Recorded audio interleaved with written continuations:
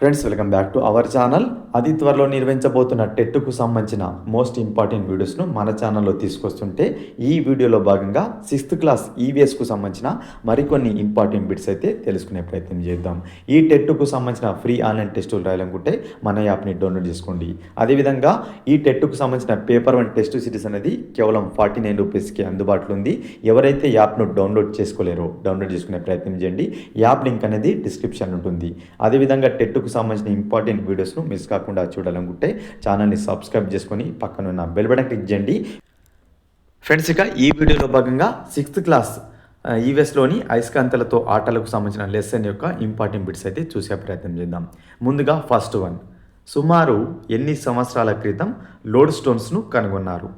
Option 1 2000 సంవత్సరాలు, option 2 2200 సంవత్సరాలు, option 3 1800 సంవత్సరాలు, ఆప్షన్ 4 2500 సంవత్సరాలు. సుమారుగా 2500 సంవత్సరాల క్రితం, సుమారుగా 2500 సంవత్సరాల క్రితమే లోడ్ స్టోన్స్ను కనుగొన్నారు. ఈ లోడ్ స్టోన్స్ అంటే ఏంటి అంటే సహజ అయస్కాంతాలు అనమాట. లోడ్ స్టోన్స్ అనేవి ఎప్పుడు కనుగొన్నారు? 2500 సంవత్సరాల క్రితమే కనుగొన్నారు. Option 4 is right answer. Next one, భూ అయస్కాంత తీవ్రత అనేది శీతల అయస్కాంత తీవ్రత కన్నా ఎన్ని రెట్లు శక్తివంతమైనది? ఇంపార్టెంట్.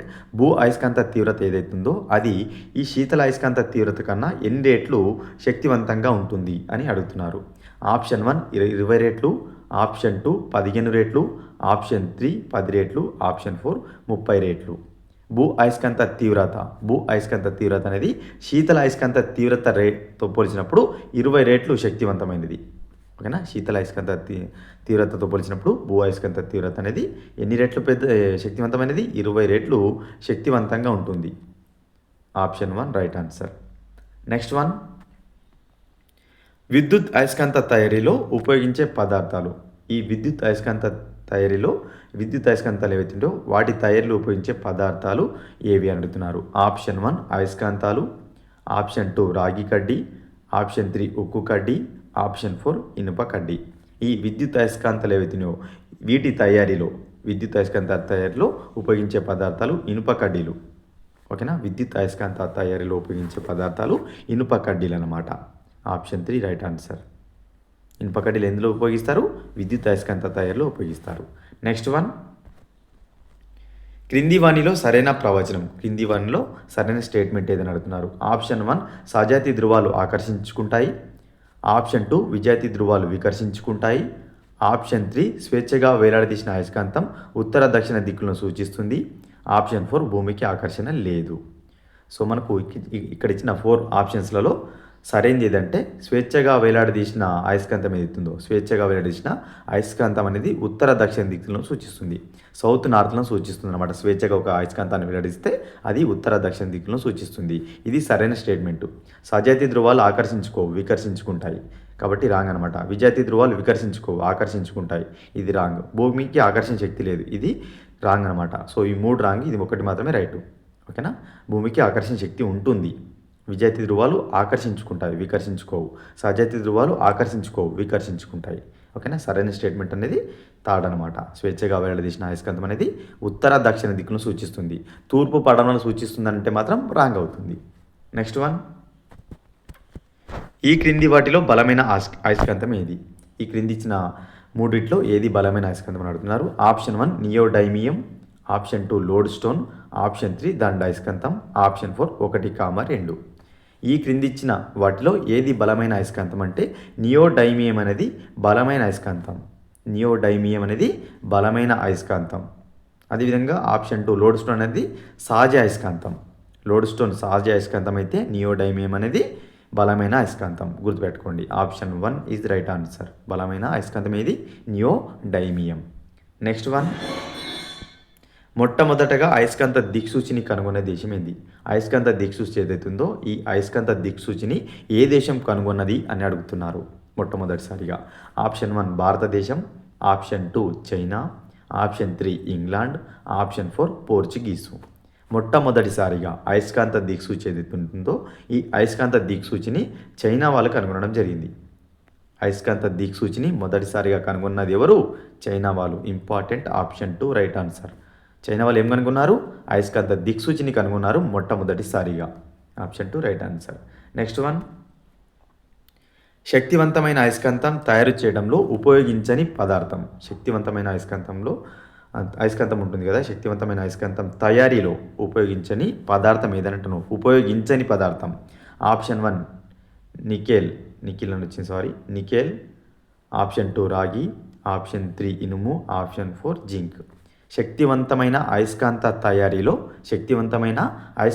తయారీలో ఉపయోగించని పదార్థం జింక్. జింక్ అనేది ఈ శక్తివంతమైన అయస్కాంతం తయారీలో ఉపయోగించరు.